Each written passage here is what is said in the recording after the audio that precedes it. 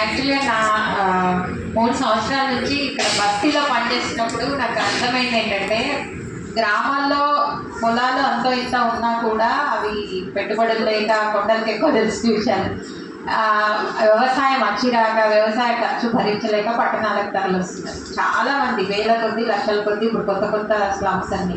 కాబట్టి ఇప్పుడు ఈ అర్బన్ నిన్నామన్నా కూడా మనకి జీవో వచ్చింది, ఇంకొన్ని గ్రామాలు కలిపేసుకున్నారు కదా. ఆ పట్టణం గ్రేటర్ పరిధి పెరుగుతున్న కొద్దీ మనకు అర్బన్ అన్ఎంప్లాయ్మెంట్ ఎక్కువ వస్తుందని అనుకోవాలి. దీనికి సంబంధించి ఖచ్చితంగా ఇప్పుడు మీరు ఇళ్లలో పనిచేస్తున్నారని అంటున్నారు. ఆడవాళ్ళకైతే చాలా తక్కువ అవకాశాలు. ఎప్పుడైతే పట్టణ పరిధిలోకి వస్తారో కనీసం ఊర్లో అందరూ ఒక కామనాలిటీ ఉంటుంది, ఏదో కూలిపోవడం అది ఇది. ఇప్పుడు ఊర్లలో కూడా కూలికి ఎక్కువ పోతున్నట్టయితే నాకు కనిపించట్లేదు. ఎవరికైతే పొలాలు ఉన్నాయో వాళ్ళ దగ్గర వాళ్ళని, లేకపోతే కొద్ది మందిని పిలుచుకున్న వాళ్ళ. కాబట్టి ఇప్పుడు ఖచ్చితంగా ఎంప్లాయ్మెంట్ గ్యారంటీ స్కీమ్ అనేది ఊర్లో ఉన్న పట్టణాల్లో ఉన్న అమలు చేయాల్సి తప్పనిసరి పరిస్థితి అయిపోయింది. ఇప్పుడు ఇందాక రుక్మిణి గారు చెప్పినట్టు మహిళల మీద ఎక్కువ ఎఫెక్ట్ పడుతుంది, మగవాళ్ళ మీద తాగుడు ఎఫెక్ట్ పడుతుంది. ఎప్పుడైతే అంటే దగ్గర ఉన్న ఎప్పుడైతే ఫ్రస్ట్రేషన్ ఎక్కువయ్యి అప్పులు ఎక్కువయ్యి ఏమైపోతుందో వాళ్ళకి ఒక వే ఉంటుంది, ఏదో ఒకటి.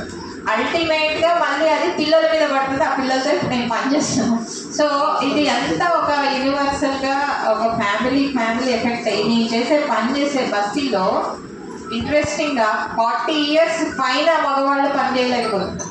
అయితే చనిపోతున్నారు, లేకపోతే మంచం మీద ఉన్నారు, లేకపోతే ఏ పని చేయలేని తాగి పరిస్థితి ఇంకా మహిళల మీద ఎక్కువ ఎఫెక్ట్ అవుతుంది. కాబట్టి చాలా లింక్ ఉంది దీనికి, ఎంప్లాయ్మెంట్ గ్యారంటీ స్కీమ్కి. ఆ కొద్ది సపోర్టు చాలా అవసరం. ఇది ప్రభుత్వ బాధ్యతగా చాలా అత్యవసరంగా మనం పిల్లల దృష్టిలో చూసినా, మహిళల దృష్టిలో చూసినా, ఒక కుటుంబం కొంచెం ఆరోగ్యంగా ఉండాలన్నా కూడా అది అవసరమని అనిపిస్తుంది. చాలా మంచి శంకర్కి అభినందనలు. చాలా అంటే ఎప్పుడు తిరుగుతూనే ఉంటాడు ఆయన, ఏడు ఉంటాడో ఎవరు పట్టుకుంటాడో అని డౌట్ వస్తుంటుంది నాకు. సో ఇది చాలా మంచి కార్యక్రమము. దీన్ని ఖచ్చితంగా ఇప్పుడు ఇంత పెద్ద ఉద్యమాలు పుట్టిన బెంగాల్లోనే మనము పోస్ట్ కార్డులు బెంగాల్కి పంపించడం చాలా విషాదం. కాకపోతే ఇప్పుడు సో ఇవి మనము పెద్ద ఎత్తున దీన్ని ముందుకు తీసుకోకపోతే బాగుంటుంది. What I was saying that Hyderabad greater municipality